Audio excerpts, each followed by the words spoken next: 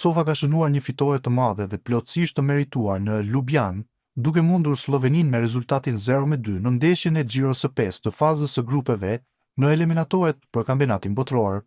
Me këtë triumf, dardanët arrin në kuotën e 10 pikëve, duke siguruar matematikisht play-offin, ndërsa grupi kryesohet nga Zvicra me 13 pikë. Slovenia mbetet në kuotën e 3 pikëve, ndërsa Suedia mbyll renditjen me vetëm 1 pikë.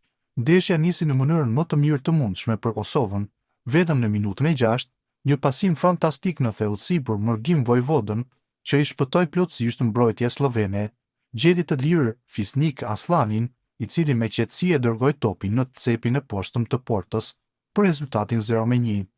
Kosova vazhdoi të qëndrojë kompakte duke menaxhuar lojën dhe duke detyruar Sloveninë të tentojë kryesisht nga distanca. Rasti më i rrezikshëm i vendasve erdhi në minutën e 30, kur Tomi Horvat gjuajti fort, por Amir Shaipi reagoi në mënyrë fantastike. Pjesa e parë u mbyll 0-1 me një paraqitje shumë të pjekur të dardanëve, që përveç golit kërcënuan edhe me disa gjysmëraste. Me fillimin e fraksionit të dytë, Slovenia bëri 2 ndryshime, por planet e tyre u shkatruan shpejt. Në minutën e 47, Peter Stojanovic u ndëshkua me karton të verdh dhe vetëm disa minuta më vonë të 53-ën, ai mori edhe të dytin pas një ndërhyrje të ashpër, duke lënë slovenat me 10 lojtarë. Kosova e shfrytëzoi me njëherë përsi numerike në minutën e 63 pas një kombinimi të bukur dhe një gjuajtje të Muslis, që u ndal nga Oblak. Dardanët fituan edhe një goditje këndi.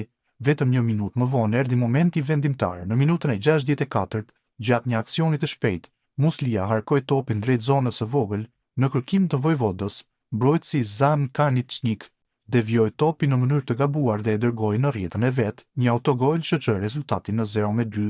Kosova kishte 2 mundësi të mira për të shtuar e përsin, por Veldin Hoxha u ndal nga Oblak, ndërsa Muslia gjuajti bukur, por topi shkoi ngjitur me shtyllën.